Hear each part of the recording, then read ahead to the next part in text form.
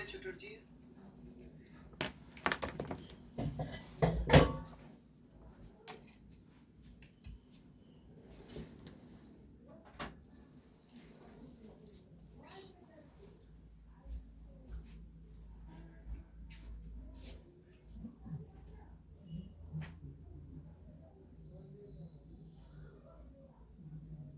बहुत बढ़िया,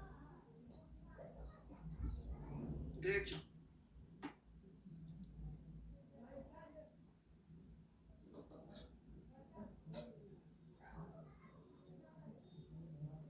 एसेंशियली मुद्दा ये है कि जो भी नए स्टूडेंट हैं थोड़ा सा वेट करेंगे, आधा एक घंटा लगेगा अभी। ऑलराइट, लास्ट के आधे घंटे में शुरू होगा, यदि शुरू होगा तो इलास्टिसिटी। बीच में प्लीज डिस्टर्ब ना करें, वेट करें। एसेंशियली हम दो अलग अलग पॉइंट के अबाउट एंगुलर मोमेंटम कंजर्व कर पा रहे हैं। ये तभी संभव होगा जब फोर्स जीरो हो।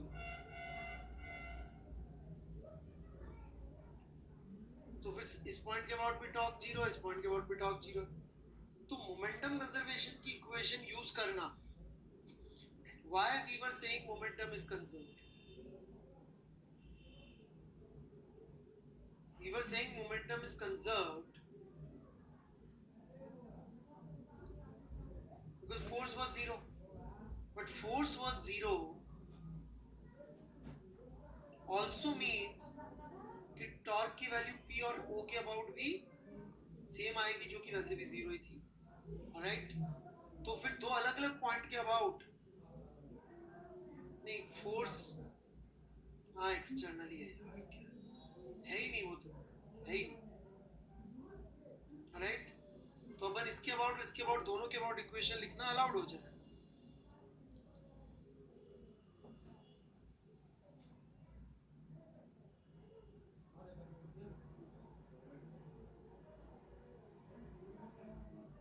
ठीक है,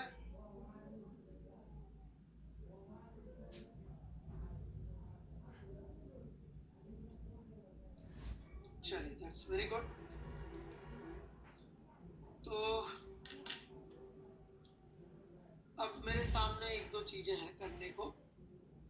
एक तो एक छोटी सी थ्योरी का पार्ट है जो पढ़ा सकते हैं, प्लस कुछ अच्छे अच्छे सवाल मैं करवाना चाहता हूँ।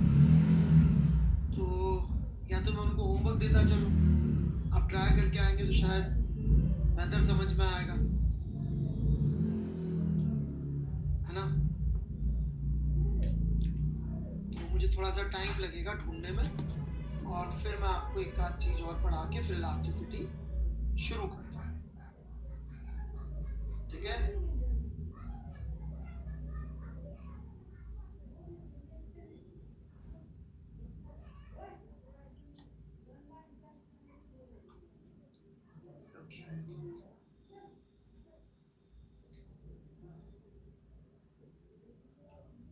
तो कुछ मैं रोडोप से दे रहा हूँ सवाल।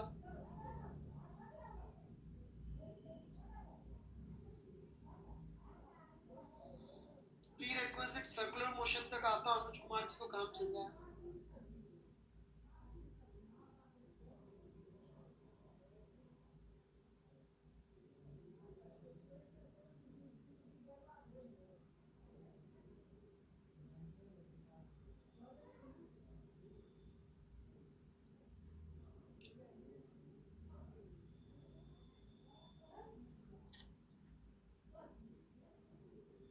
हाँ, तब तो इसीलिए वहां वहां कर रहे हैं, तब तो जरूरत है नहीं ना प्री रिक्विजिट पूछने की, मैं इंक्लूड करके ही बोल रहा हूँ। तो इजी इजी इजी और टफ दोनों दूं, या सिर्फ अच्छे अच्छे वाले दे दूं रोडोप के?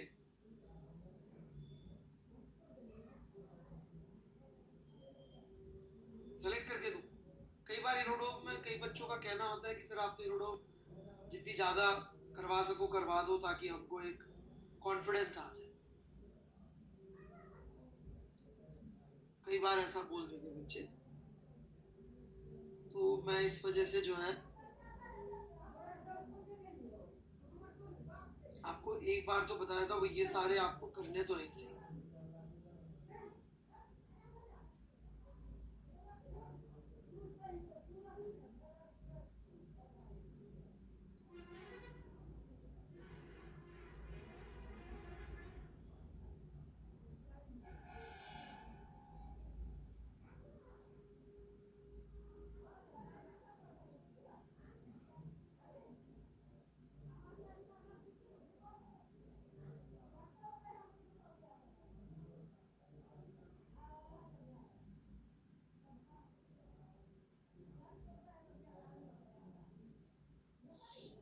ये तो टोटल क्वेश्चन है जो आपको करने चाहिए।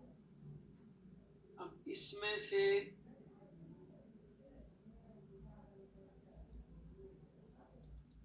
मैं अगली क्लास में जो डिस्कस कर रहा हूँ 261,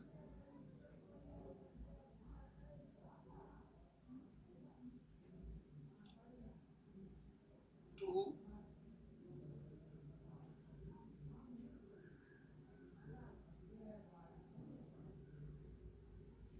4,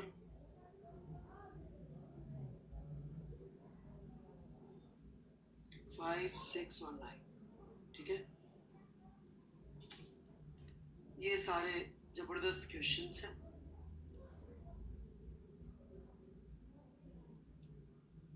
तो ये आप लोग एक बार कर लीजिएगा, बड़े मजेदार क्वेश्चन है ये, ठीक है। इसके अलावा की क्वेश्चंस अच्छे हैं, ऐसी बात नहीं है, बट ये थोड़े से क्लासिक क्वेश्चन, जैसे इसमें से एक क्वेश्चन तो ऐसा है जो जेई में 3 बार आ चुका है, उसके उसी कॉन्सेप्ट में 3 बार अलग अलग तरह से चीजें आ चुकी हैं।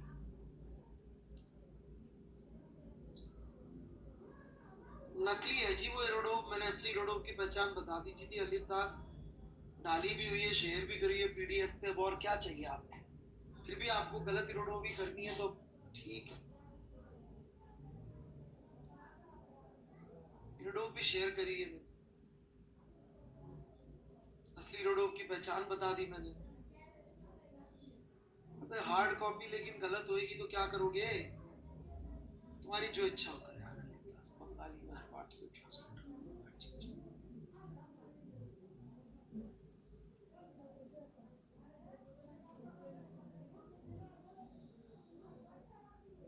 ठीक है बच्चे लोग, बाकी शीट में से ही बता दूं आप लोग चाहें तो, ये ऐसे ही दे दूं शीट का, तो शीट का तो होमवर्क नॉर्मल ही है, तो उसे बता दूंगा तो फिर आप लोग वही चुन चुन के कर लोगे हैं।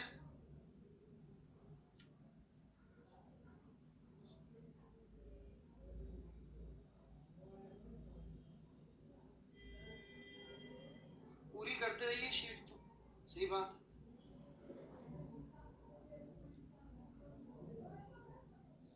है ना। मैं अपनी मर्जी से जो मुझे अच्छे लगेंगे एक आध सवाल बोल दिया करूंगा कि मैं अगली क्लास में ये डिस्कस कर रहा हूँ, उसके अलावा वाले यदि आप नहीं कर रहे तो आपकी प्रॉब्लम।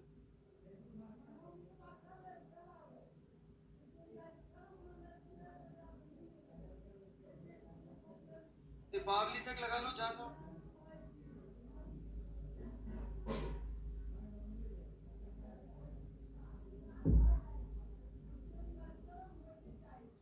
सोल्यूशन में डलवा देता हूँ S1 के।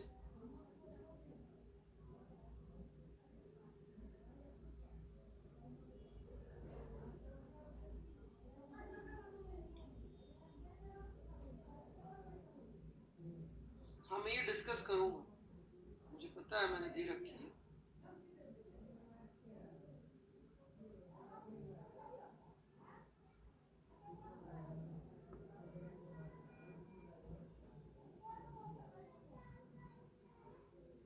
क्वेश्चन नहीं मिल रहा यार, हटा दिया क्या, कहाँ चला गया।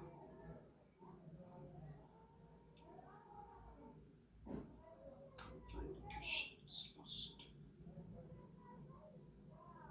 कोई नहीं, मैं दो ढूंढ के अलग से।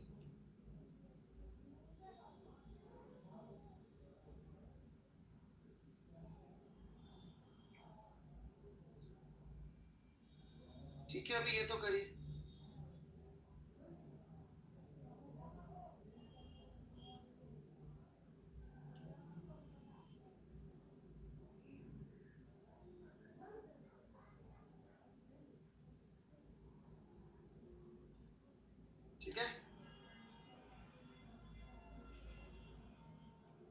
55 से 58, ये सब मैं अगली क्लास में डिस्कस करूंगा, ठीक है।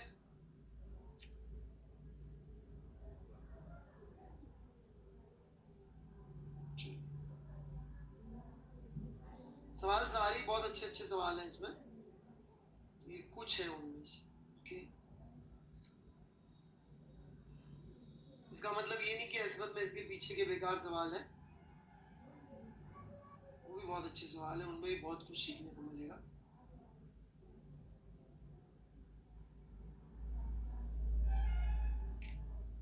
चलिए आगे बढ़ते हैं हम।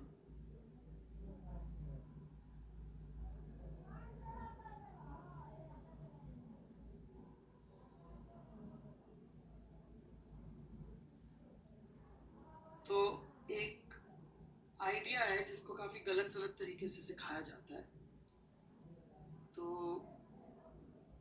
उस आइडियाज को हम पकड़ के धीरे धीरे आगे बढ़ते हैं, ठीक है।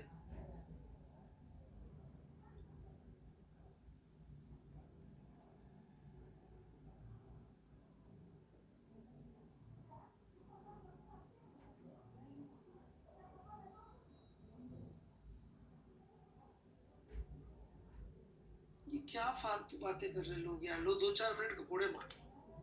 ये क्या है कि किस चैप्टर में यूज आएगा, मैं उसका नाम बता दूंगा हिमांशु, क्या करोगे नाम जान के, पता नहीं। सुप्रीत राज, ग्रेविटेशन का सस्पेंस क्या है सर?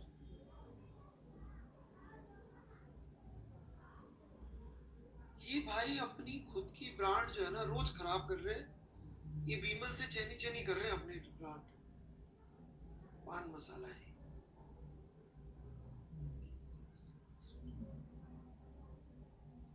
हाँ जी दिया जी, यदि आपको सर्कुलर मोशन तक आती है तो कर सकती हैं ज्वाइन।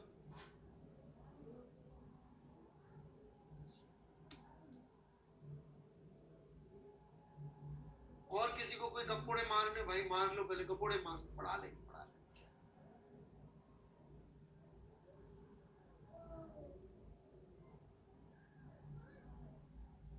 नहीं आती तो केशरी जी राम राम।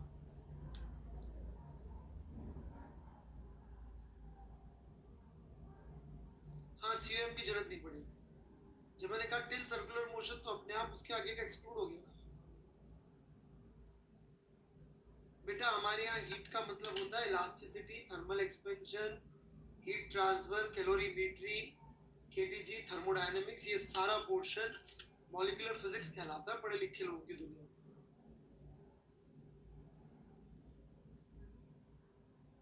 चौहान साहब आप अपना मैसेज कर देना, मैं आपको बता दूंगा। जिस दिन ग्रेविटेशन शुरू हो रहा होगा मैं घर पे आके नॉक करके बता दूंगा, बस अभी पढ़ा लूं मैं उसको। ग्रेविटेशन के अलावा कोई चैप्टर ही नहीं पढ़ना। जी में 10 साल में 2 सवाल आए उसके, उस भाई को ग्रेविटेशन ही पढ़ना।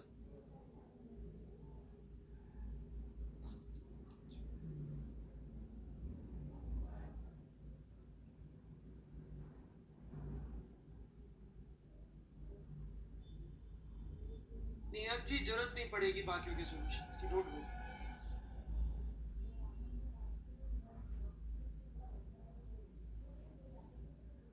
देख लिया जी, नहीं है शुक्ला जी कोई डाउट?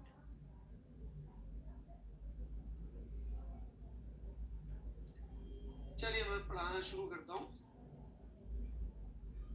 तो ये थोड़ा सा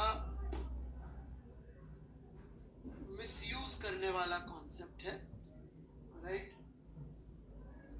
तो इसलिए आप इसको थोड़ा आराम से लेंगे, बहुत ज़्यादा इसको यूज़ करना नहीं, नहीं तो ज़बरदस्ती परेशान होंगे और कुछ नहीं है, right? So take care, here we गो।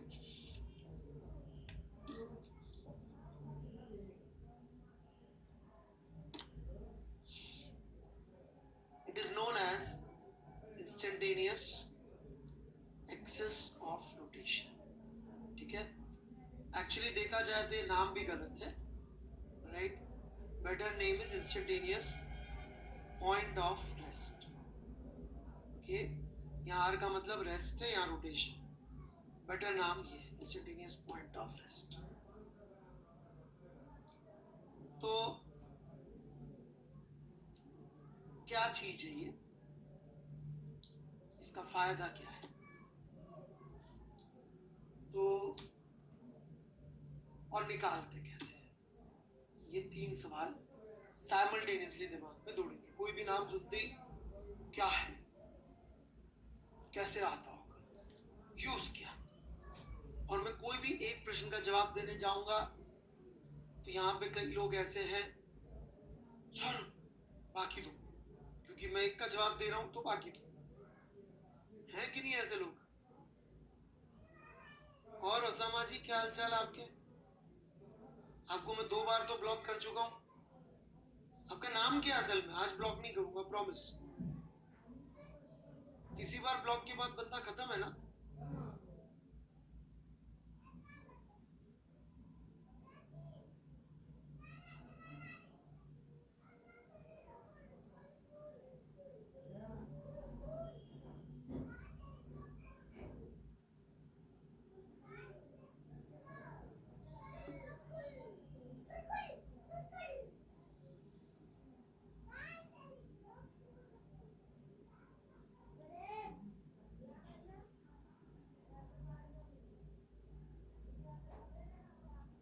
नहीं, अकाउंट तो कैसे टर्मिनेट कर सकते हैं?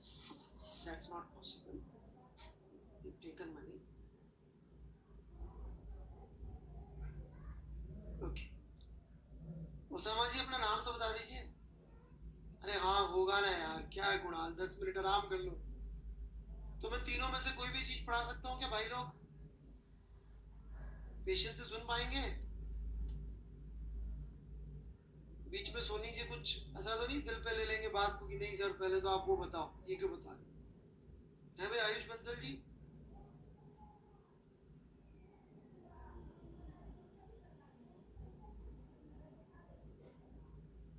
अलिफ दास जी, बंगाली में शुरू हो जाए आप।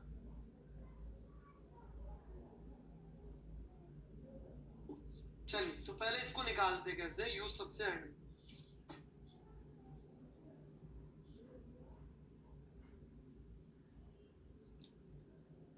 अरे आप नहीं बोलते इसीलिए तो आपसे पूछ रहे। आप नेगेटिव क्यों सोचते हैं यार आप लोग, कि मुझसे पूछा तो मेरे को मतलब नहीं आता होगा, मैं ही करता हूँ।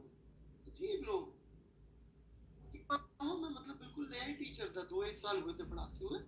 मैं पढ़ा रहा, आगे एक लड़की बैठी हुई, शक्ल उसने बिगाड़ रखी, अजीब सी कर रखी।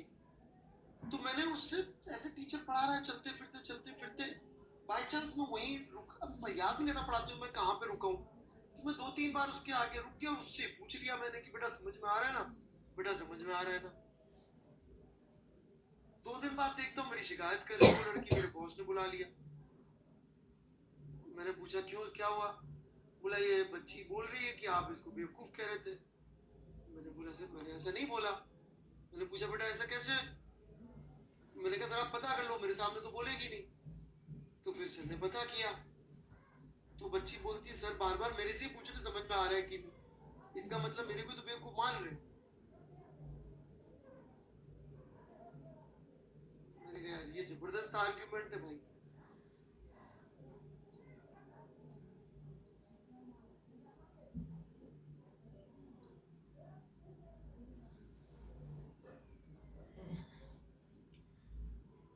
चलिए जी,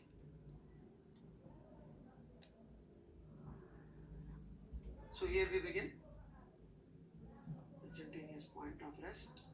निकालेंगे कैसे? 3 सिचुएशन में निकाला जा सकता है, बड़ा इजी। नंबर 1, किसी ऑब्जेक्ट पे हमें 2 अलग अलग पार्टिकल की वेलोसिटीज की डायरेक्शन पता हो, सिर्फ direction.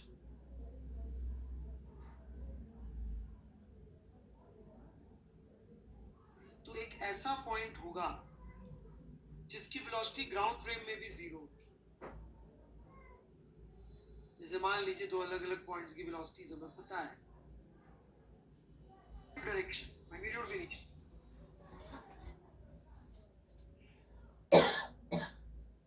Incidence point of rest क्या होता है? ऐसा पॉइंट जिसकी वेलोसिटी ग्राउंड के फ्रेम में 0 आती है। तो तो मेरा कहना है इससे परपेंडिकुलर मारो और इस वेलोसिटी से परपेंडिकुलर मारो इस पॉइंट से, तो ये जो इंटरसेक्शन पॉइंट होगा oh, this would be your instantaneous point of rest. क्यों? इसकी वेलोसिटी जीरो आएगी ग्राउंड प्लेन में। क्यों? क्योंकि इस लाइन पे लाइन पॉइंट्स जो होंगे रिजिड बॉडी के इस लाइन पे, उनमें से किसी की भी वेलोसिटी इस दिशा में नहीं हो सकती कोई कंपोनेंट, क्योंकि इस दिशा में हो गया तो दूरी कम हो रही होगी या बढ़ रही होगी। तो इस लाइन पे लाइन जितने भी पॉइंट्स होंगे उन सबकी वेलोसिटीज यदि होगी तो इस लाइन के परपेंडिकुलर ही होगी।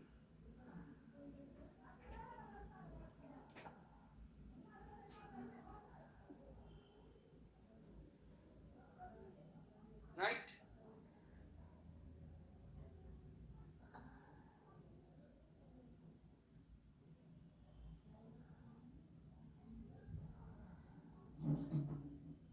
इसी तरह से इस लाइन पे लाइन सारे पार्टिकल्स की वेलोसिटी सिर्फ परपेंडिकुलर हो सकती है इस लाइन के, पैरेलल हो गई तो यहां से दूरी कम हो रही होगी। इसका मतलब जहां ये दोनों इंटरसेक्ट करेगी उस पॉइंट पे वेलोसिटी न इधर हो सकती न इधर हो सकती, मतलब जीरो ही हो सकती। कोई कंपोनेंट इस लाइन के लोग नहीं आ सकता, इसके लोग नहीं। मतलब ये जो पॉइंट ओ है, इस मोमेंट पे हम ऐसा मान सकते हैं कि पूरी रिजिड बॉडी इसके अबाउट घूम रही है विद एंगुलर वेलोसिटी ओमेगा।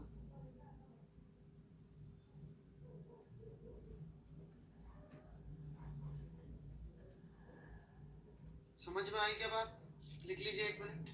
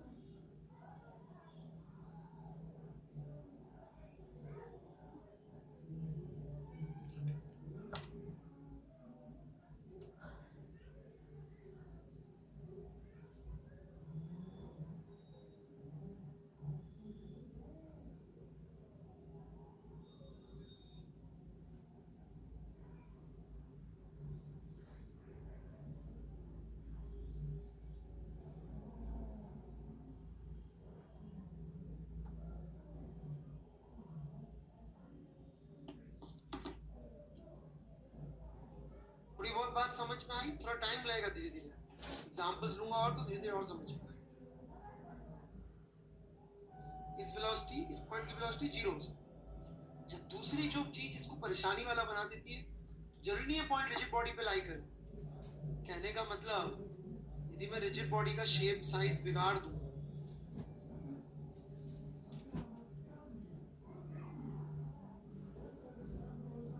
ऐसा कुछ कर दूं, तो भले ही पॉइंट रिजिड बॉडी पे लाई नहीं कर रहा, बट अब ये मान सकते हैं रिजिड बॉडी इस पॉइंट के अबाउट ओमेगा से घूम रही है इस मोमेंट के लिए, हमेशा के लिए नहीं। इसीलिए पहला वर्ड दोनों जगह पे इंस्टेंटेनियस ही है, only for this particular moment.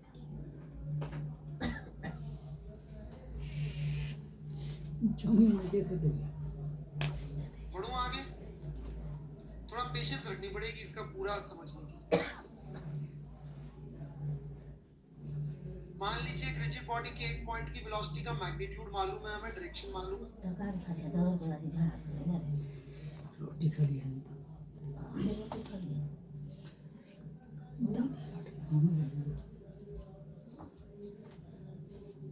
और हमें इसकी एंगुलर वेलोसिटी मालूम है।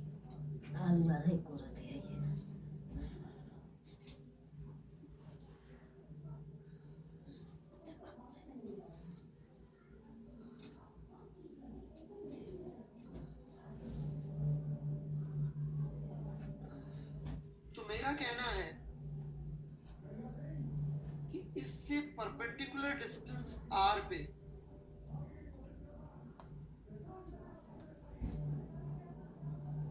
पॉइंट ओ लाई करेगा, जहां पे r would be v by omega, जिसके अबाउट रिजिड बॉडी को पूरा चलता हुआ माना जा सकता है।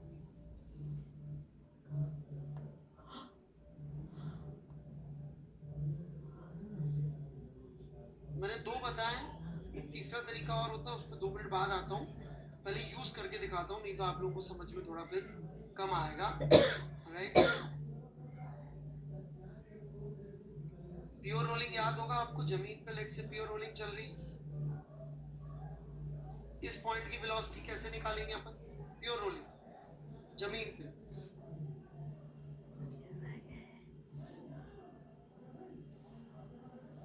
कितनी आएगी इस पॉइंट की वेलोसिटी, किस डायरेक्शन में? सेंटर के सामने ये। अभी तक कैसे निकालते थे? सेंटर के रिस्पेक्ट में omega r which is v plus centre की वेलोसिटी, तो ऐसे वी रूट 2 आ जाती थी 45 डिग्री पे, याद है सबको? चलिए, अब जो अभी तक सिखाया मैंने इंस्टेंटेनियस पॉइंट ऑफ रेस्ट, उसको यूज करके निकाल के दिखाता हूँ। वैसे तो हमें ऐसे भी पता है, कैसे भी पता है, हर तरीके से पता है, चाहे तो निकाल के देख लो। इंस्टेंटेनियस पॉइंट ऑफ रेस्ट कहाँ होगा इसमें? प्योर रोलिंग कर रहा है तो कहाँ होगा? बॉटम मोस्ट पॉइंट है, इस मोमेंट के लिए ही है, हमेशा के नहीं है, इस मोमेंट के लिए पॉइंट रेस्ट पे आता है, और इस फॉर्मूले को भी फॉलो कर रहा है। राइट, इससे परपेंडिकुलर जाओ, ऑब्वियसली उस तरफ जाओ जहाँ वी का सेंस मैच हो ओमेगा से, उस तरफ मत चले जाओ। जैसे इसमें आप देखें तो मैं नीचे गया था, ऊपर नहीं गया था। कोई बोले सर ऊपर भी जा सकता हूँ क्या?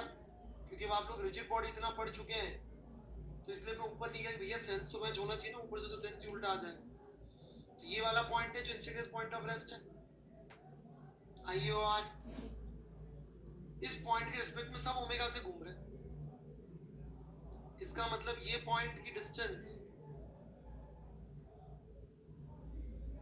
IOR से P पॉइंट की डिस्टेंस R रूट 2 होगी कि नहीं होगी? होगी ना? और इसके रिस्पेक्ट में ओमेगा से घूम रहा है, तो यहाँ से 90 डिग्री पे ओमेगा R रूट 2 आएगी इसकी वेलोसिटी, which is same।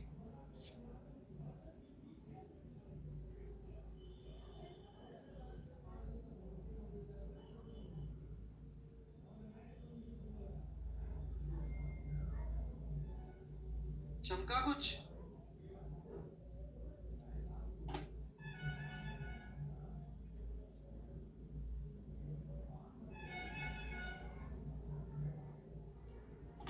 जैसे कि हाईएस्ट पॉइंट पे जो है, इसकी वेलोसिटी में डायरेक्टली बता सकता हूँ, ओमेगा इंटू 2R होगी। क्यों? इससे 2R के डिस्टेंस पे है।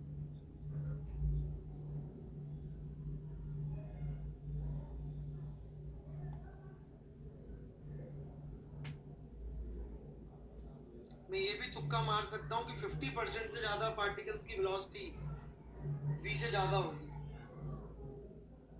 इस रिजिड बॉडी पे मौजूद 50% से ज्यादा, रोलिंग बॉडी के ऊपर 50% से ज्यादा पार्टिकल की वेलोसिटी v से ज्यादा होगी। ये भी तुक्का मार सकते हैं। कैसे? यहां से यदि मैं r रेडियस का आर्क बनाऊंगा, राइट, तो 50% की से ज्यादा की डिस्टेंस r से ज्यादा आएगी।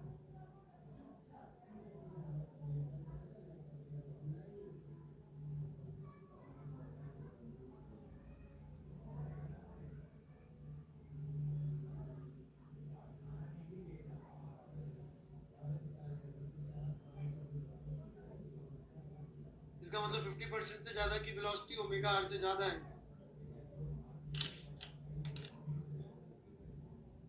चमका कुछ जुगाड़?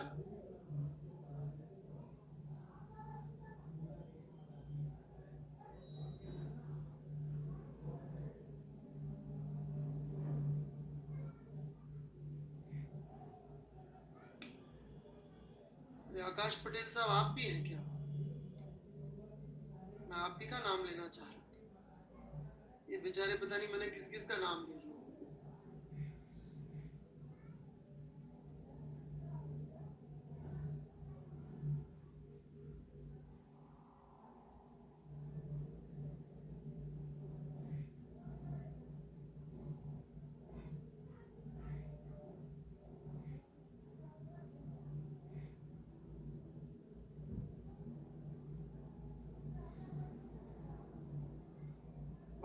बच्चे लोग?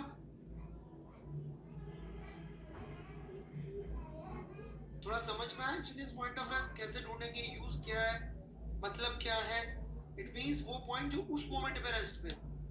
अच्छा एक बात समझना, क्या इस पॉइंट का एक्सेलरेशन जीरो है क्या इस मोमेंट पे?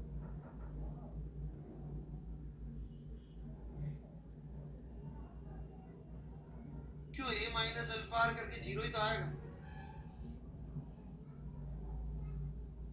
कौन सा एक्सेलरेशन है इसके पास?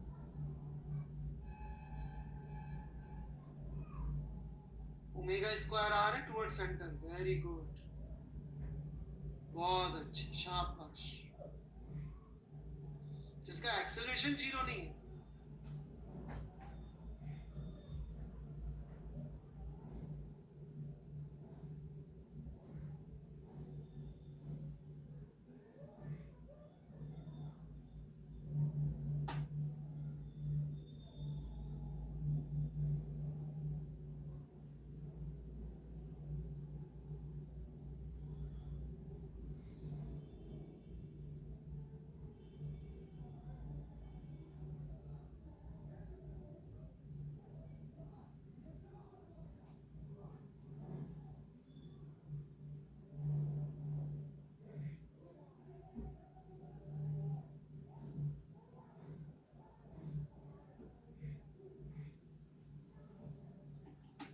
ठीक है, आगे बढ़े।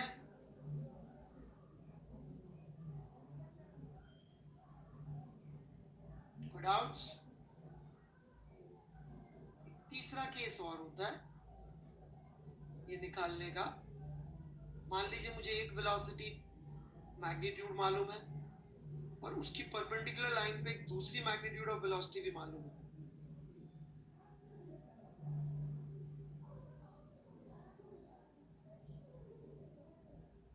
तो सिमिलर ट्रायंगल यूज करके हम वो निकाल सकते हैं।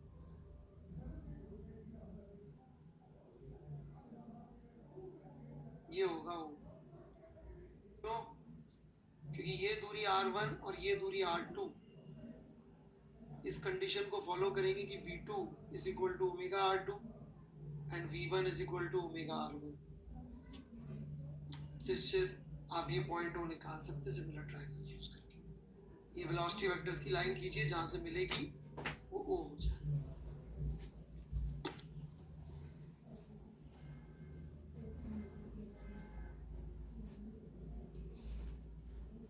ठीक है,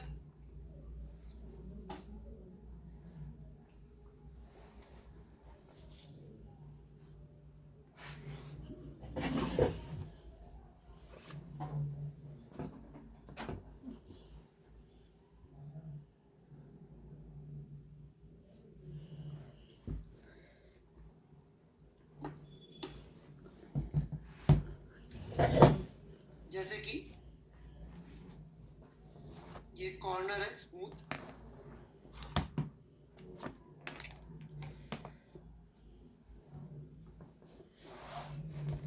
और ये एंगल थीटा है, ये एक रॉड है एल लेंथ की। इसका बॉटम मोस्ट पॉइंट यदि v1 से चल रहा है तो हमें ये वाले पॉइंट की वेलोसिटी बाकी टर्म्स में बतानी है कितनी होगी। क्वेश्चन क्लियर है सबको?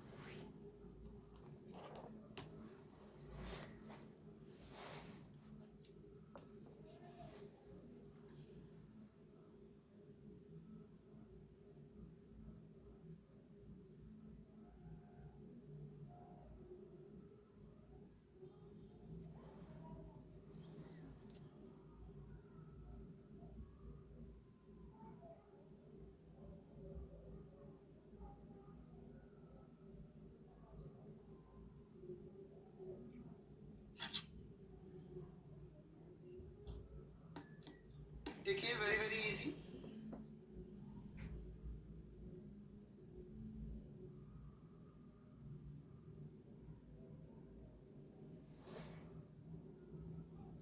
This will be instantaneous point of rest. हाँ कि ना, क्योंकि इसके परपेंडिकुलर मारा, इसके परपेंडिकुलर मारा।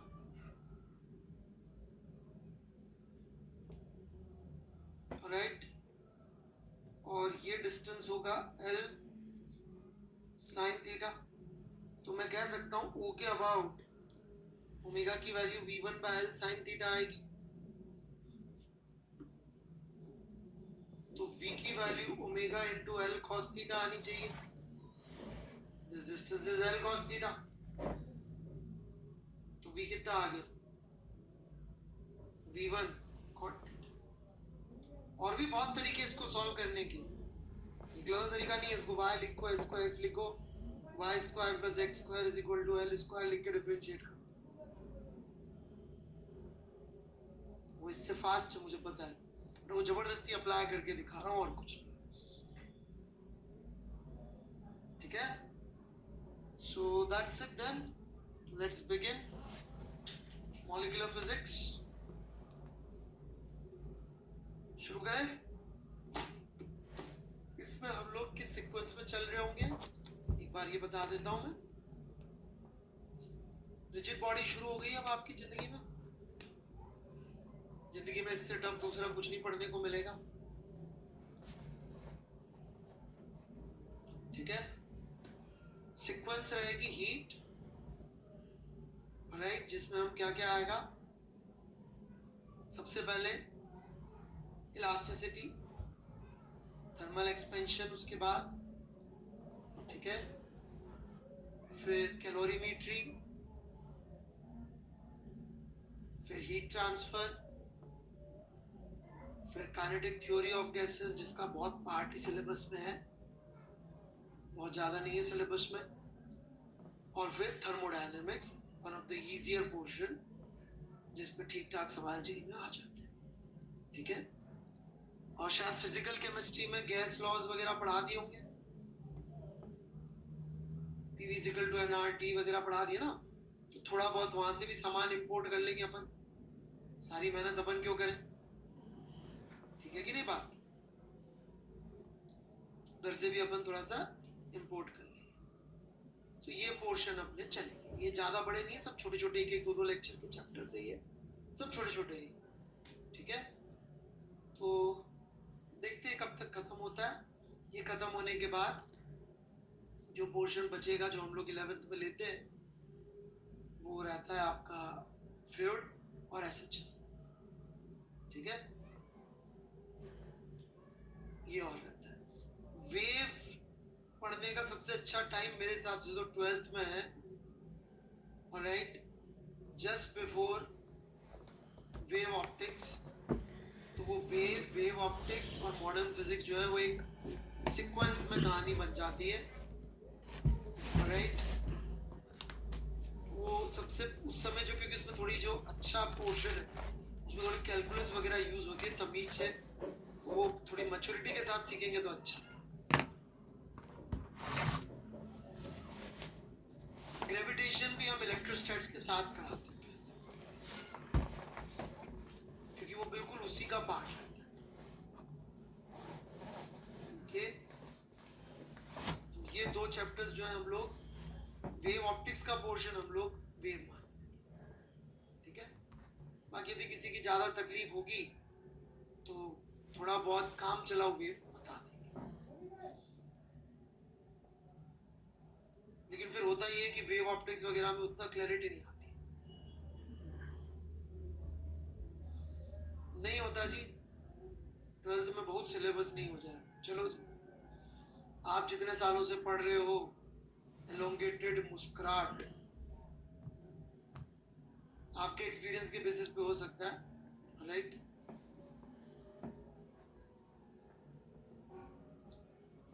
शुरू करें इलास्टिसिटी।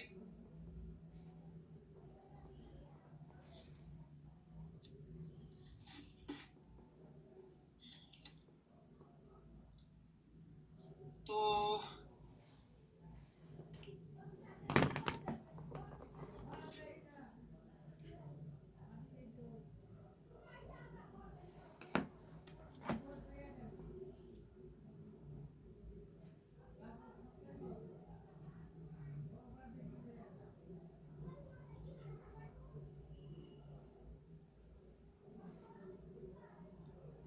इंटरमॉलिक्यूलर फोर्सेस के बीच का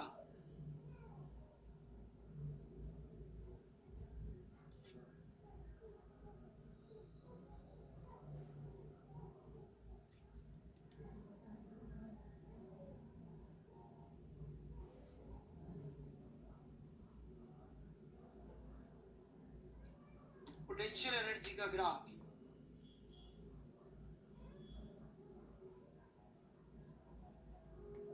देखा है क्या सबने ऐसा?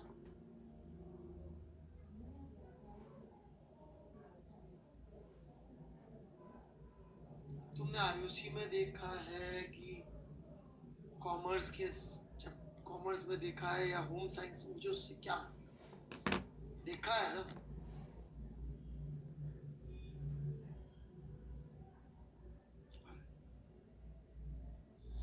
इंटरमॉलिक्यूलर फोर्सेस का मतलब कि जब मॉलिक्यूल्स के बीच का डिस्टेंस आर नॉट होता है तो एक दूसरे पे वो कितना फोर्स लगा रहे होते होंगे?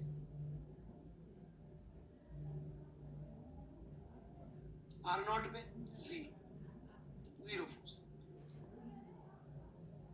गुड। इसका मतलब जब भी मॉलिक्यूल्स एक दूसरे पे कुछ फोर्स लगाएंगे तो उनके बीच का सेपरेशन आर नॉट नहीं रहेगा, या तो उनके बीच का सेपरेशन कुछ आर नॉट से ज्यादा होगा या कम होगा, तभी एक दूसरे पे फोर्स लगा सकते हैं।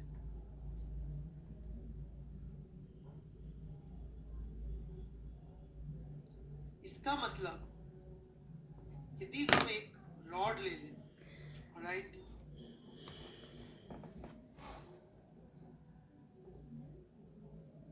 और इसके दोनों एंड पे एफ फोर्स लगाएं तो हम कहते हैं इसमें टेंशन डेवलप होगी जिसकी वैल्यू एफ है।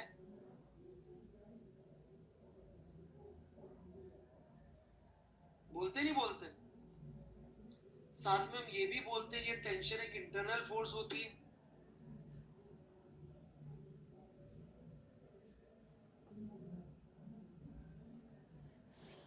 इसका मतलब एसेंशियली यदि हम कोई भी क्रॉस सेक्शन कट करके देखेंगे तो इस क्रॉस सेक्शन के लेफ्ट और राइट एक दूसरे पे फोर्स लगा रहे होंगे टी।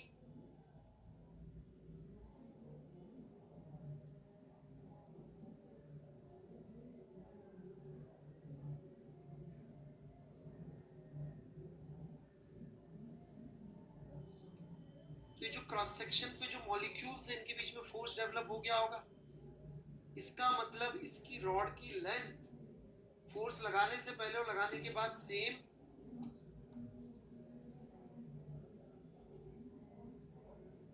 होगी या नहीं होगी? नहीं। खींचा तो it would have actually increased.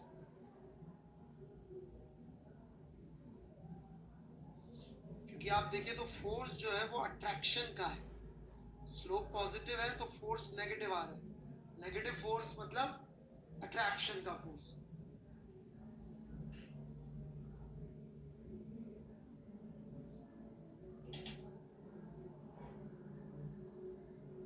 मतलब मॉलिक्यूल से मॉलिक्यूल का सेपरेशन अब वो नहीं रह सकता जो पहले था।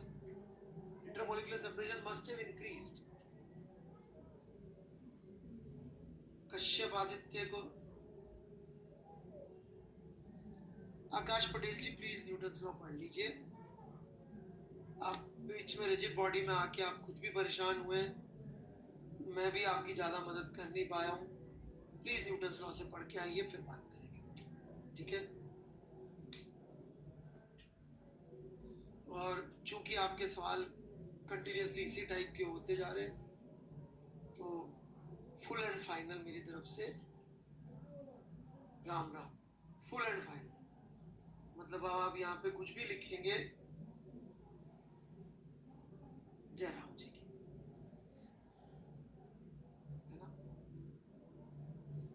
वो किसकी भाषा में बोले, मोदी जी की भाषा में बोले तो दोस्ती बनी रहे, है ना? दोस्ती बनी। जिससे उन्होंने कहा था उससे आज तक नहीं मिले हुए।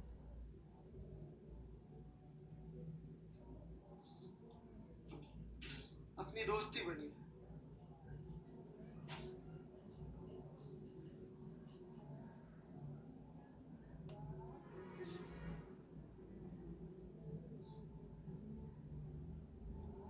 एक रिपोर्टर से, एक जर्नलिस्ट से था,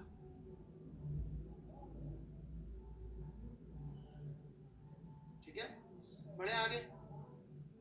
तो बेटा शुरू से पढ़ के आइए न्यूटन्स लॉ। अब I am not going to look at your any doubts, because आप बीच बीच में पढ़ते हैं और आपको पता ही नहीं होता हम किस बारे में बात कर रहे हैं।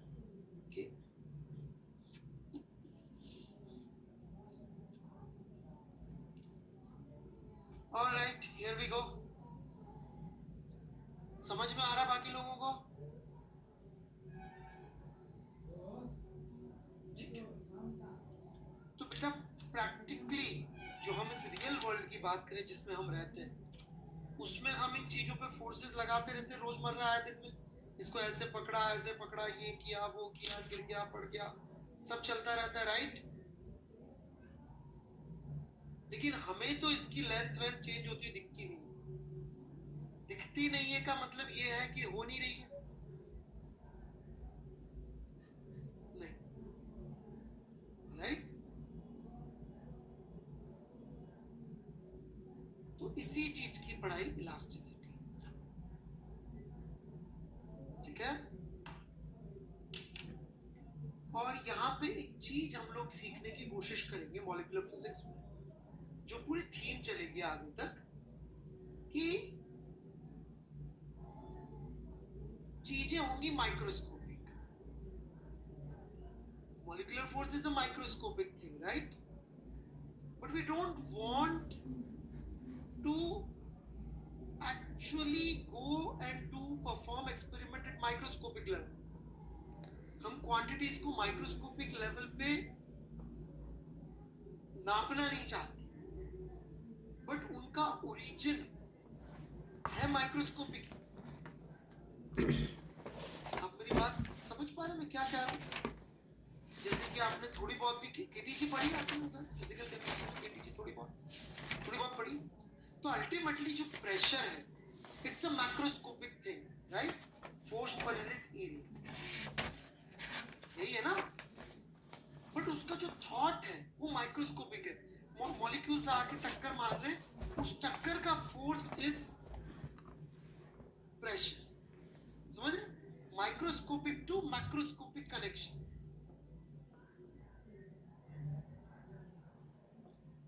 मतलब जो क्वांटिटी है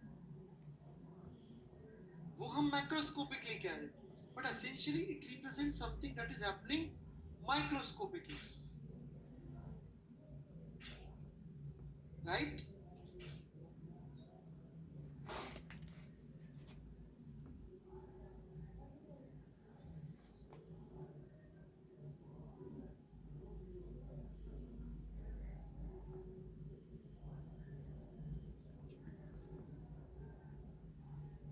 देश पांडे जी, थोड़ा तो अंग्रेजी मान के चलूंगा यार, मैं आती होगी, राइट? ना बुरा मत मानना बेटा, इतनी अंग्रेजी तो मैं मान के चलूंगा, सॉरी। स्ट्रेस, क्योंकि मैं बड़ा बोलूंगा तो आप पता नहीं उसको हल्क तक ले जाओ, तो मेरे को वो भी डर लगता है। So let's define stress. शुरू करें? स्ट्रेस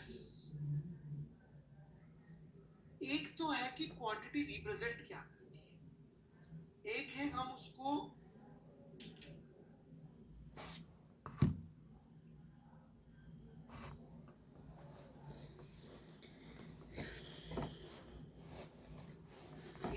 उस क्वांटिटी को मेजर कैसे करेंगे, ठीक है ना? जैसे कि प्रेशर क्या रिप्रेजेंट करती है? मॉलिक्यूल्स की टक्कर।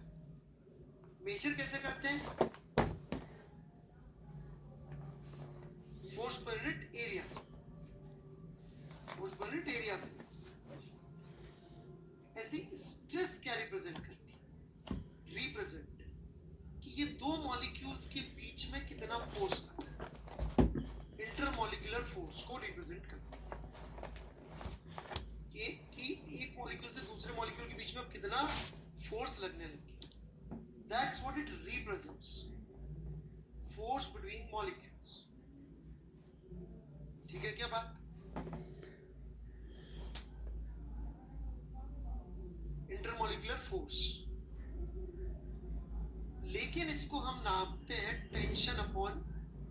क्रॉस सेक्शनल एरिया से।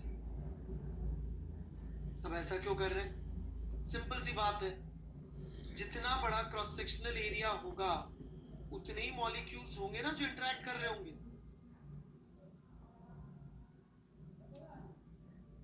नंबर ऑफ मॉलिक्यूल्स जो एक दूसरे से इंटरेक्ट कर रहे होंगे वो डायरेक्टली एरिया से रिलेटेड होंगे। ज्यादा आसान नापना क्या है? नंबर की एरिया। मेजर करने में आसान क्या पड़ेगा? एरिया।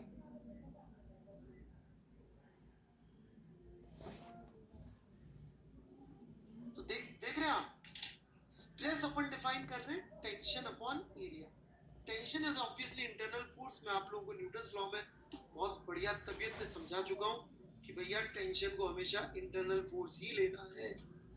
ऑलराइट, आज जरूरत पड़ रही है, नहीं तो हमको बोलना पड़ता है stress is internal force upon cross sectional area. अब हम tension upon cross sectional area बोल देंगे तो भी वही बात है। श्रीवास्तव जी क्या काट रहे हो आप? बहुत सारे लोग वेजिटेरियन है यहाँ पे।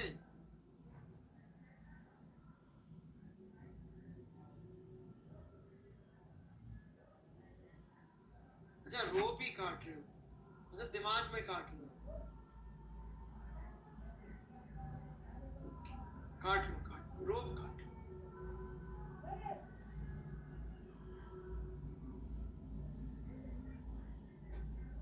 बड़े आगे काट कूट लिया तो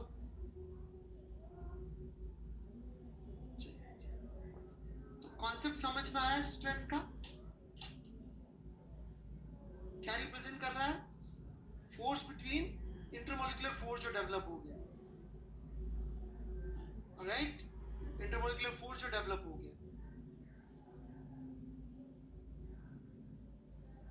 पर नाप कैसे रहे? Tension divided by cross sectional area. क्योंकि ये टोटल फोर्स अपॉन नंबर करता तो नंबर निकालना इम्पॉसिबल होता, बट एरिया नापना बड़ा आसान है। अच्छा, बड़ा यूजफुल भी है। क्यों यूजफुल है? क्योंकि देखिए, मैं जिस टेबल पे बैठा हूं, ऑलराइट, उस टेबल पे जो पाइप लगे हुए हैं, आप जिस टेबल पे बैठे, कुर्सी पे बैठे इस समय, उस पे जो पाइप्स लगे हुए, पाइप की कुछ मोटाई रखी होगी किसी ने? कुछ कैलकुलेशन करी हुई इतना ही मोटा रखो, उससे कम या ज्यादा मोटा क्यों नहीं रखा?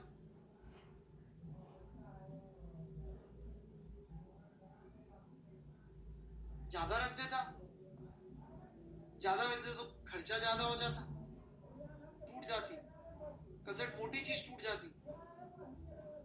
पागल है क्या आदमी? मोटी चीज मजबूत चीज, कसट तो भाई साहब।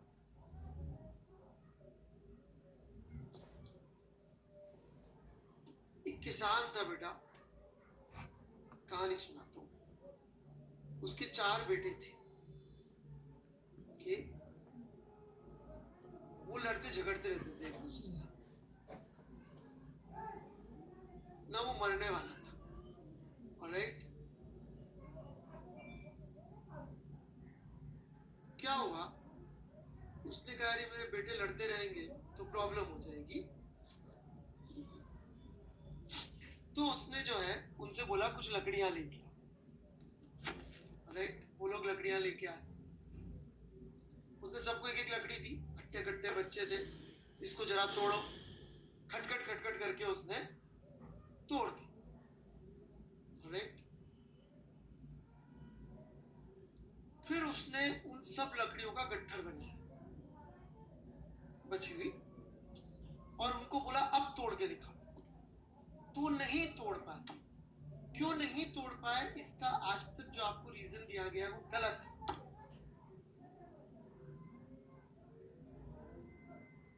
क्योंकि ब्रेकिंग स्ट्रेस इनटू एरिया को यदि आप बढ़ा दोगे, ब्रेकिंग स्ट्रेस तो फिक्स है एक का, परंतु यदि आपने 10 वहां पे कर दी एरिया बढ़ा के, तो तोड़ने के लिए जो फोर्स चाहिए होगा बढ़ गया ना।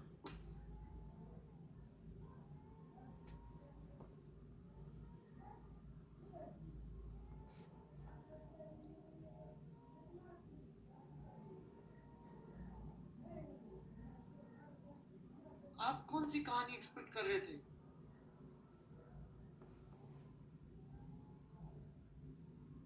काहे की एकता की शक्ति भैया, सिंपल सी फिजिक्स है। तो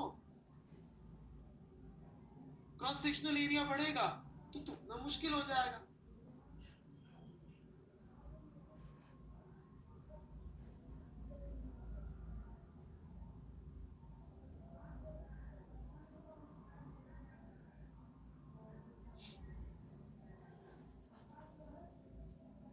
आई बात समझ में? यदि यहां पर अपन ने n स्टिक्स कर ली, na हो गया एरिया।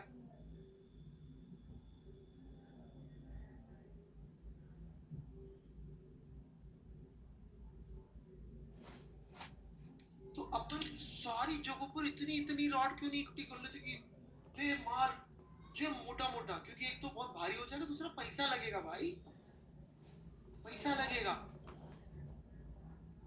तो उतना ही मोटा रखेंगे जितना रोजमर्रा के यूज में अपना काम निकल जाएगा।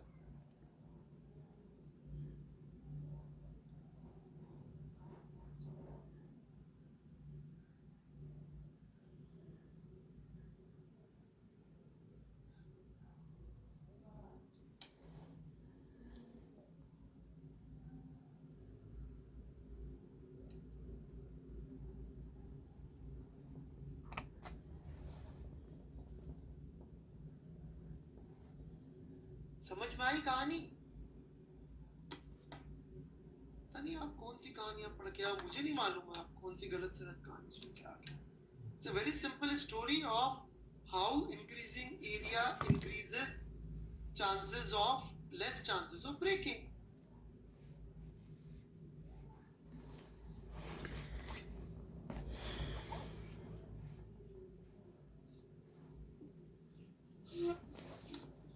बड़े आगे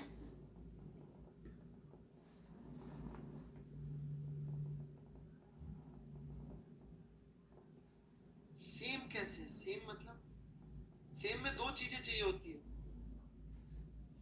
आई डोंट अंडरस्टैंड सेम मतलब क्या? How stress same? सेम मतलब कंपैरिजन के लिए दो चीजें चाहिए होती है भाई।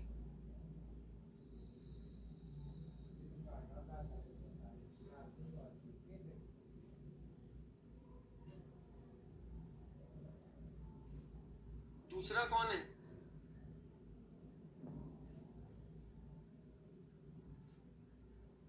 अबे यार, हम वुड की प्रॉपर्टी की बात कर रहे हैं और सब एक जैसी नहीं थी, तो तू उसमें जोड़ ले यार, एरिया ऐसे कर ले। Sigma breaking A1 plus A2 plus A3 कर ले बस। चल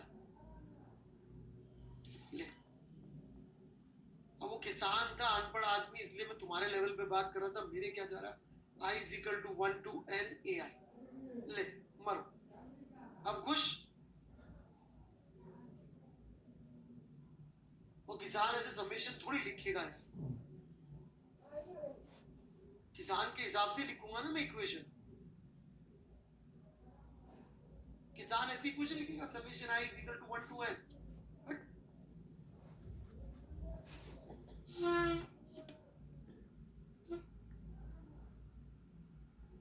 ब्रेकिंग स्ट्रेस अक्षर मटेरियल की प्रॉपर्टी है, राइट? Breaking stress is property of material. जैसे कि लोहे की ज्यादा होगी, समझ में आई बात? Okay, compare to wood, compare to a cotton thread, और वो जो होता है आपका केवलार, वो जो बुलेट प्रूफ के लिए यूज करते हैं, उसकी और ज्यादा हो जाएगी। सही है कि नहीं बात? राइट? सब मटेरियल के अलग है। तो ये आप देख सकते हैं मटेरियल की प्रॉपर्टी है। तो इसको यूज करके अपन डिजाइन करते हैं कि यार मेरे को एक ऐसी चेयर पे बनानी है जिसपे 150-200 किलो तक का आदमी भी आ जाए तो आराम से बैठ जाए। तो भाई इसमें इतना मोटा अपन को पाइप लेना चाहिए कि 200 किलो तक भी वो तब भी प्रॉब्लम नहीं हो, और 150 किलो का आदमी चलो उसमें थोड़ा कूद फान भी कर ले तो भी ना टूटे। तो उसके हिसाब से एक स्ट्रेंथ रख देगा। अब मान लो चेयर्स ही अपन को बनानी है सुमो पहलवानों के लिए स्टेज बनाना है तो वो अलग बनेगा, है कि नहीं बात?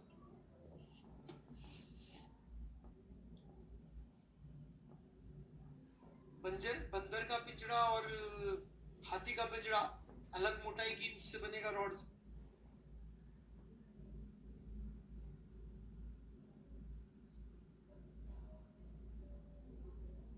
बढ़े आगे, स्ट्रेस क्लियर है? चलिए जी। और एरिया की समझ में आ गई, जितना थिक लोगे उतने चांसेस ऑफ ब्रेकिंग कम होते जाएंगे, ज्यादा मॉलिक्यूल्स के। चलिए बहुत गप्पे हो गए, आगे बढ़ेंगे हम।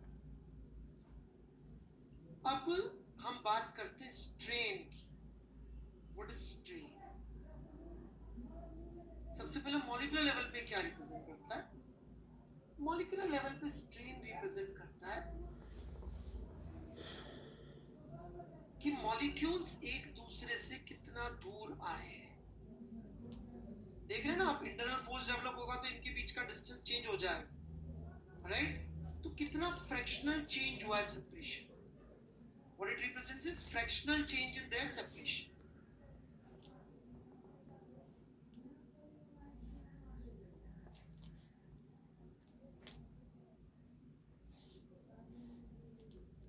हाँ जी अक्षय जी, अभी आप आगे आगे भाग रहे, कोई फायदा नहीं। Which would be change in length upon natural length. This is change in length, उतना ही आएगा फ्रैक्शन।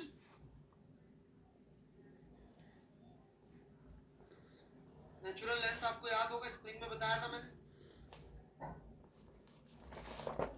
क्योंकि जो टोटल बड़ा चेंज हो तो नापना आसान है, जो मॉलिक्यूलर लेवल पे चेंज होगा तो कैसे नापोगे? और जो टोटल चेंज इन लेंथ होगा अपॉन टोटल लेंथ कर दोगे तो वही फ्रैक्शनल चेंज मॉलिक्यूल्स के बीच में भी हुआ। बट यहाँ एक बड़ी इंपॉर्टेंट बात है, change in length due to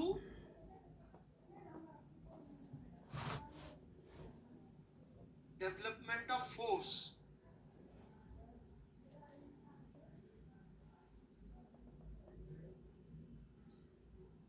मेरी बात समझिएगा कि मान लीजिए मैं एक रॉड लूं और उसको बीच में से काट दूं L/2 से और बची रॉड को जला दूं, तो क्या यहाँ पे स्ट्रेन कितना हो जाएगा? 0.5। हे भगवान, अबे नहीं होगा 0.5, 0 होगा।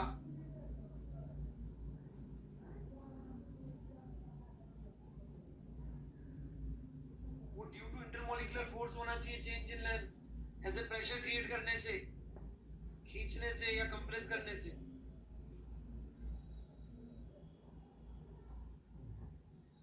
समझ में आया निहाद?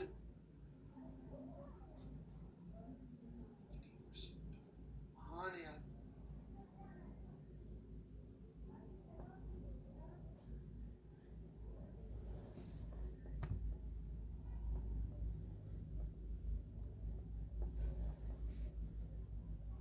जे में भी यही बोल के आना तू।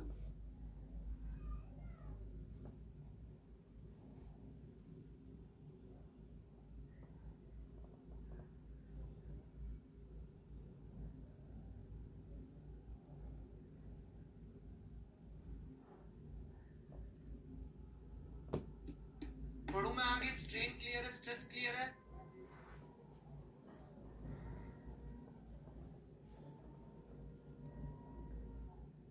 है इंटरमॉलिक्यूलर चीज, ये डिफाइन अपन मैक्रोस्कोपिकली कर, ठीक है?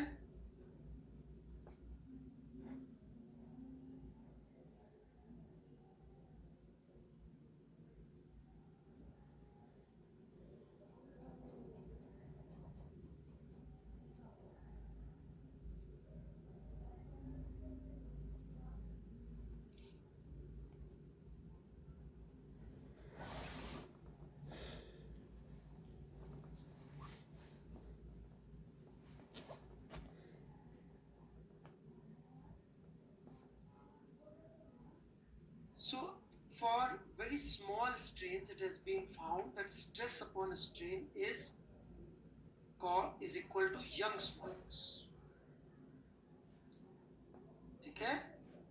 Where Young's modulus is of the range of 10 raised to power 11 Newton per meter square for solids. Okay, 10 raised to power 10, 10 raised to power मतलब 9 से 12 तक चला जाता है. So now you should be able to see why you are not able to observe strain in the real world. Because जैसे ही आप strain निकालने जाओगे, वो स्ट्रेस बटा यंग्स मॉडुलस करने के बाद चवन्नी अटन्नी भी नहीं बची. क्या दिखे?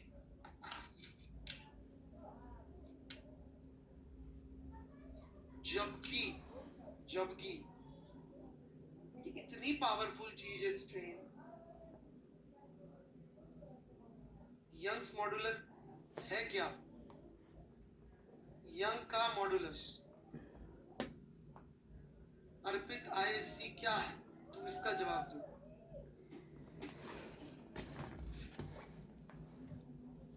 अर्पित आईएससी क्या है पूछता है भारत. इसका जवाब दिया जाए.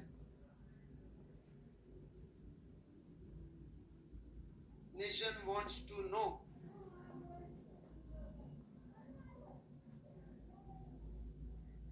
स्टूडेंट है तो ये यंग का मॉडुलस है. लियो, सिंपल है. और कुछ?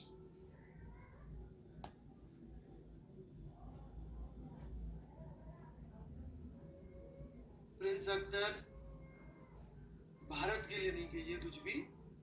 जो ऐसा कहता है उसके लिए कह दीजिए, है ना?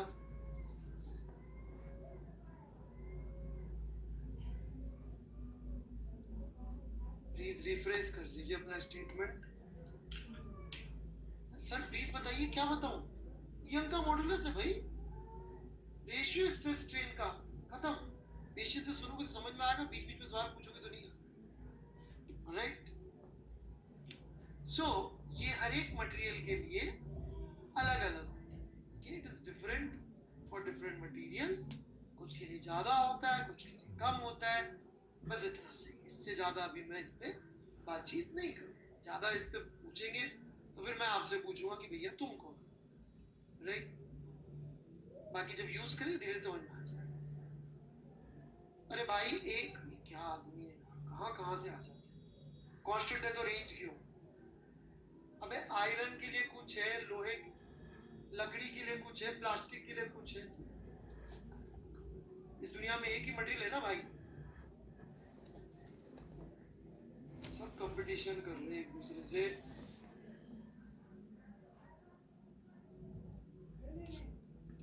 अब मैं मैसेज खोलूंगा ही नहीं. कहानी खत्म. जिसको पढ़ना है पढ़ो. अब मेरी बुद्धि हुई है भ्रष्ट. 20 मिनट में पढ़ा. तो stress upon strain is Young's modulus only for very very small strain. ठीक है? इसीलिए हमें प्रैक्टिकली ऑब्जर्व नहीं होता. लेकिन ये स्ट्रेस छोटा मोटा नहीं आता, बड़ा बड़ा भारी आता है. इसका प्रैक्टिकल उदाहरण ये है कि हमें चीजें भले ही छोटी बड़ी होती नहीं दिखाई देती.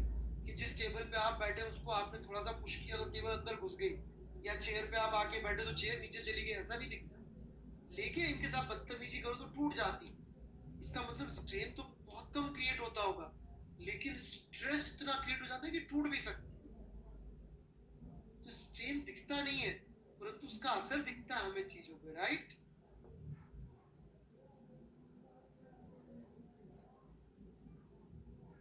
तो ये थोड़ा सा आपको प्रैक्टिकली समझना पड़ेगा.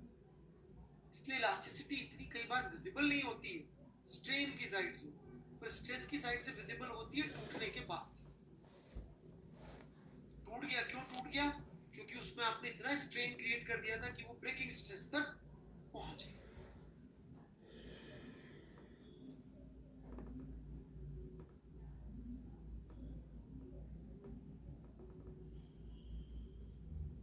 एक आखिरी बात. कई बार गलती से लोग और कुछ किताबें भी ऐसा लिख देती है कि stress is proportional to strain या strain is proportional to stress, उसको सुन के ऐसा लगता है इनमें से कोई कॉज या दूसरा अफेक्ट है। इस तरह का थॉट प्रोसेस बहुत अच्छा नहीं है, क्योंकि सिंपल सी बात है कि जब मॉलिक्यूल यहाँ आएगा तब उसमें स्ट्रेस भी होगा और स्ट्रेन भी होगा, दोनों साइमल्टेनियस ही है। ऐसा तो है नहीं कि पहले यहाँ स्लोप आई फिर यहाँ आया, या पहले यहाँ आया फिर स्लोप आई। स्लोप आई तो यहाँ है तो स्लोप है। इसलिए ये कहना गलत हो जाएगा कि स्ट्रेस स्ट्रेन कॉज या अफेक्ट होते हैं, दोनों एक बेसिक सी एक ही बात, राइट? है ना? तो कॉज इफेक्ट नहीं होते stress.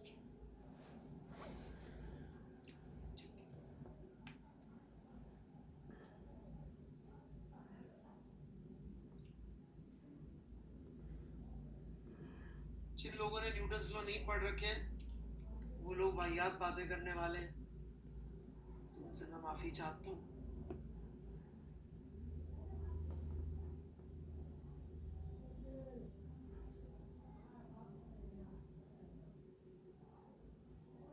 A cross sectional area Young's modulus Y,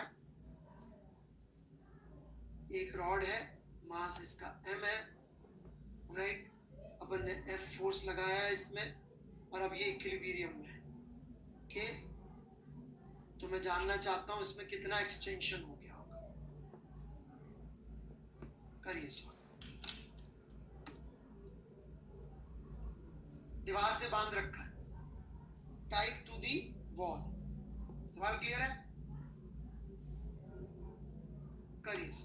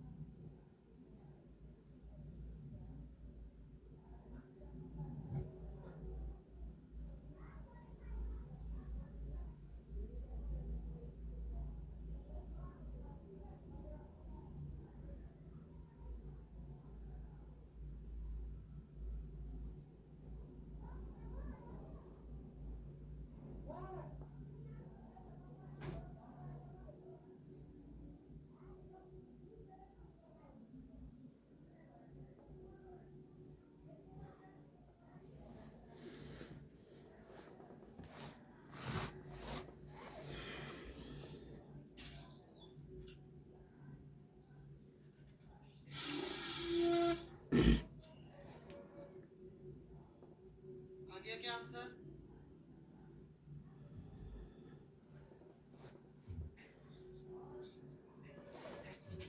okay, तो इस तरफ से भी एक F फोर्स लग रहा होगा, वैसे तो टेंशन इसमें सब जगह F हो जाएगी, यही होगी कि सब जगह होगी? सब जगह यही हो जाएगी टेंशन। तो पूरी रॉड में हम कह सकते हैं यूनिफॉर्म स्ट्रेस होगा F/A। इसका मतलब इसमें strain x/L would be equal to stress upon Young's modulus. Hence, x will be equal to L by y into sigma, which is F/A.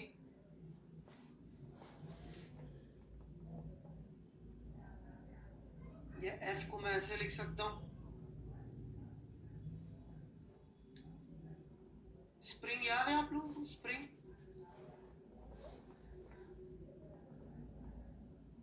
उसमें ऐसा याद है क्या कि K not L not spring काटने पे कांस्टेंट होता था? मैंने प्रूफ भी करके दिखाया था शायद, दिख रहा है क्या क्यों कांस्टेंट होता था? यही K है हमारा।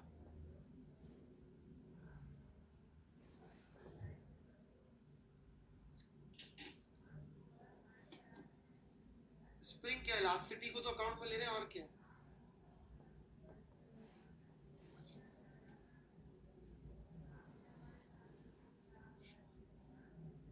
इलास्टिसिटी को तो अकाउंट में लिया भाई लोगों।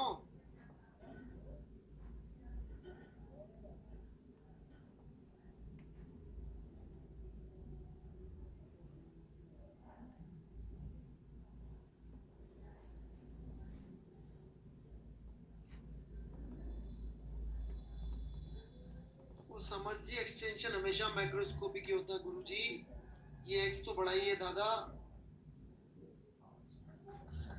इतने छोटे बच्चों को टर्म सिखा दो ना कुछ, तो उसको सबसे पहले वो गलत अप्लाई करते हैं।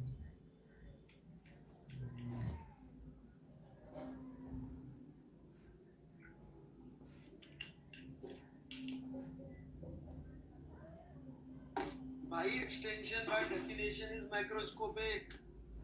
समर्थ कुछ तो बोल दे हाँ या ना यार।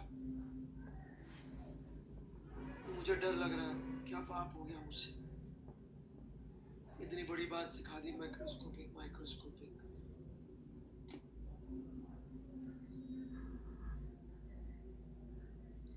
स्प्रिंग का वायरलेस। नवकीरत सिंह की थोड़ा हिंदी अंग्रेजी में आ जाए, पूरा पूरा सेंटेंस लिख के।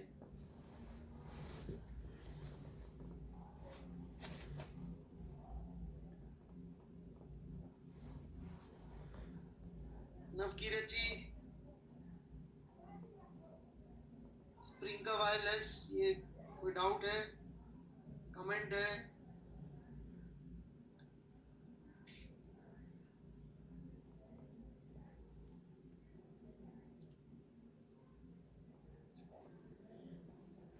Three two Navkirat. अरे वायरलेस होगा ना स्प्रिंग का, as change is observed in length. Y क्यों चेंज होगा बेटे? Navkirat, Y is property of the material और एल है उसकी नेचुरल लेंथ।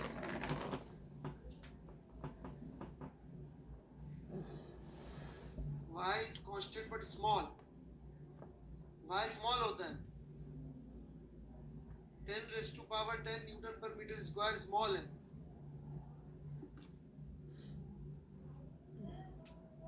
भाई साहब जी, अब मैं कैसे बोलूंगा?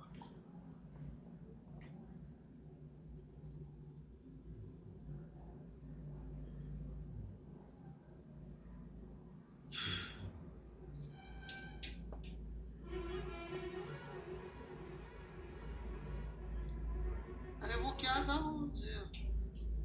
वो कैप्टन अमेरिका का वो किससे बना है शीट? वाइब्रेनियम। और वो कहाँ मिलता है यार वाइब्रेनियम?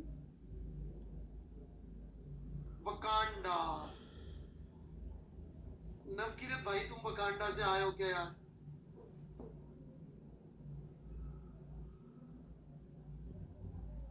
तुम्हें ये 10⁻10 कम लग रहा है मेरे भाई? हैं?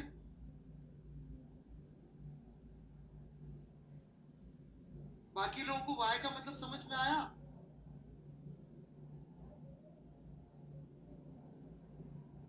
वाइब्रेनियम के थ्रू।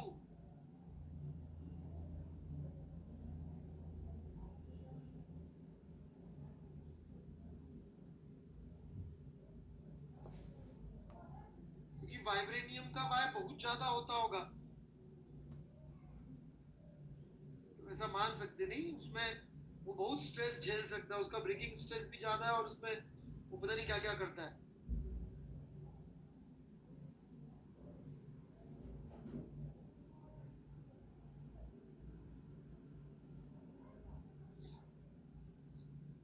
है ना? चलो, हाँ भाई नवकीरत वकांडा वाले।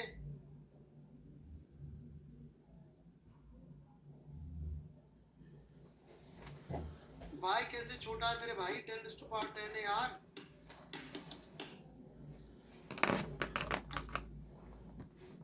तू कुछ और पूछना चाह रहा है, आराम से वक्त ले ले। लोहे की बनती भाई स्प्रिंग।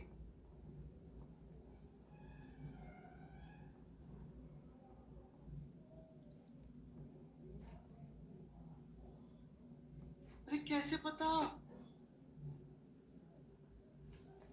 अब ये नियत आ गया, वकांडा वालों का वकील। चलो पढ़ाने दे।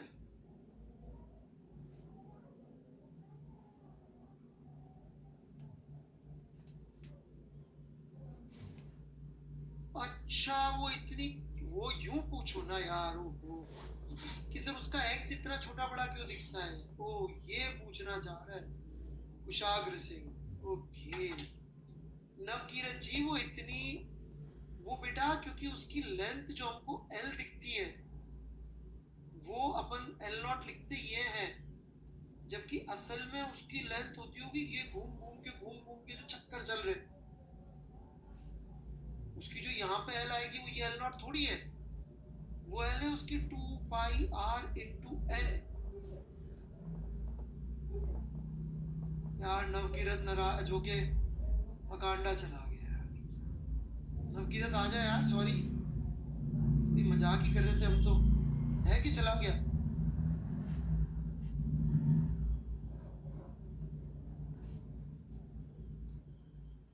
अच्छा है कहाँ है? अच्छा है, क्लियर, ओके ओके।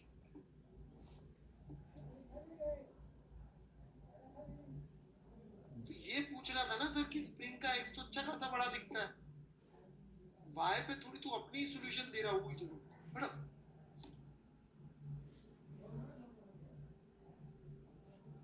नहीं बेटा, जनरल डाउट आप पर्सनली पूछ रहे मुझसे, और पर्सनली भी ऐसा पूछे इसका सर आज हीट स्टार्ट होगी या ये हीट ही चल रही है? फरहान कमर जी, अभी तो बोला था मैंने लेक्चर के शुरू में कि हीट हम लोग इलास्टिसिटी से शुरू करते हैं, है ना? आप जैसे लोग इसको हीट कहते हैं, हम लोग इसको मॉलिक्यूलर फिजिक्स कहते हैं।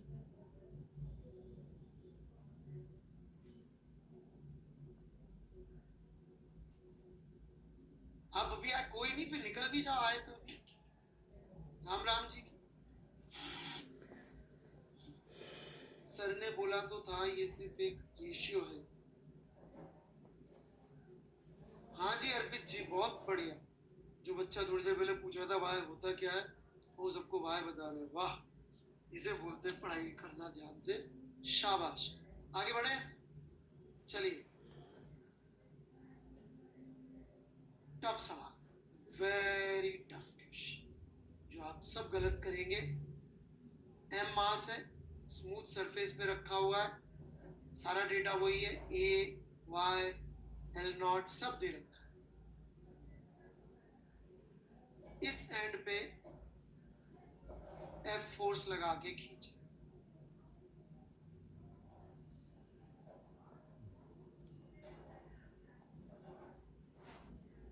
ठीक है? एक्सटेंशन शुरू कर।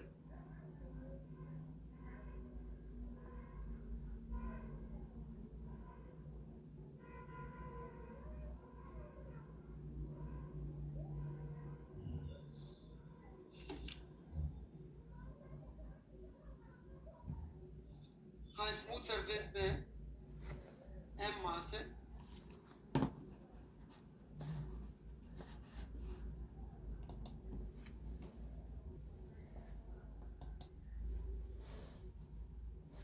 आप लोगों की लाइफ में फर्स्ट आने की बहुत इंपॉर्टेंस है, नहीं?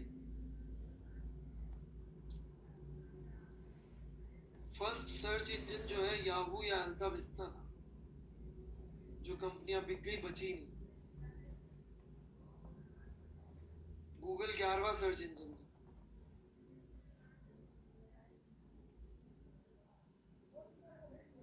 देख लीजिए फर्स्ट आना है कि सही होना।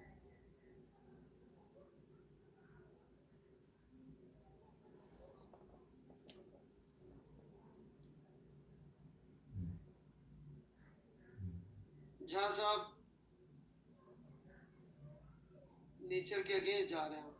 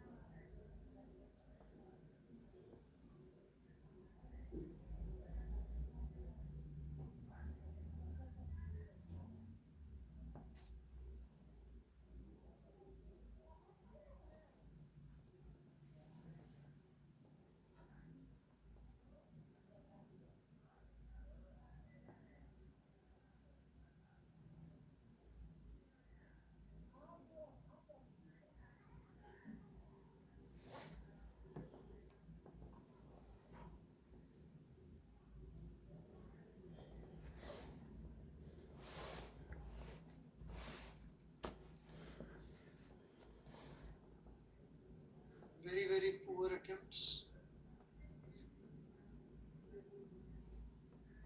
कई बच्चों ने सही आंसर दे दिया है।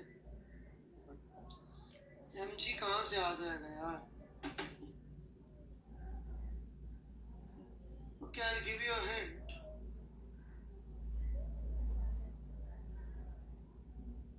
टेंशन फोर्स सब जगह सेम होगा या अलग अलग होगा, या होगा ही नहीं?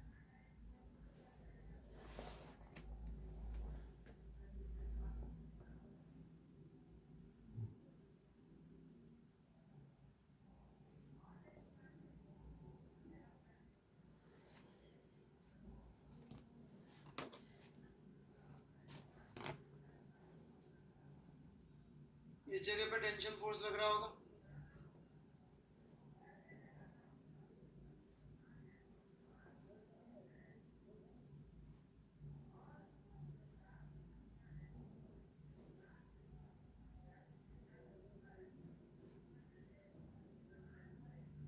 ये इसका एक्सीलरेशन होगा रॉड का।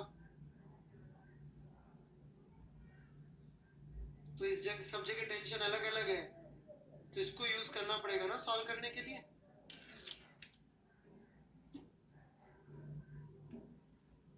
मैंने एचसीवी से कुछ बोला था कि आपको करने को,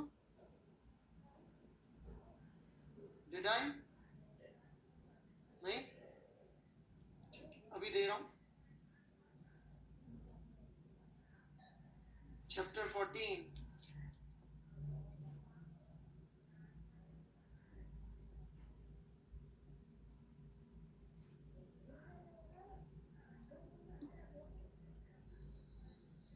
वर्कड आउट एग्जाम्पल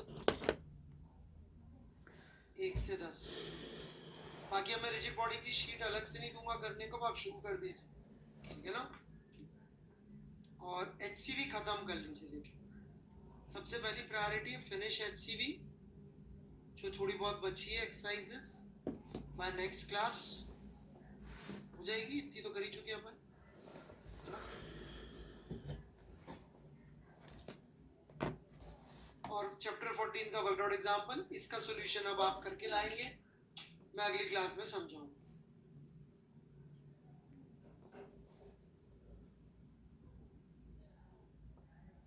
नियत जी अगली क्लास की शुरू में पूछ लीजिएगा। हाँ रीड कर सकते हैं इलास्टिसिटी के लिए।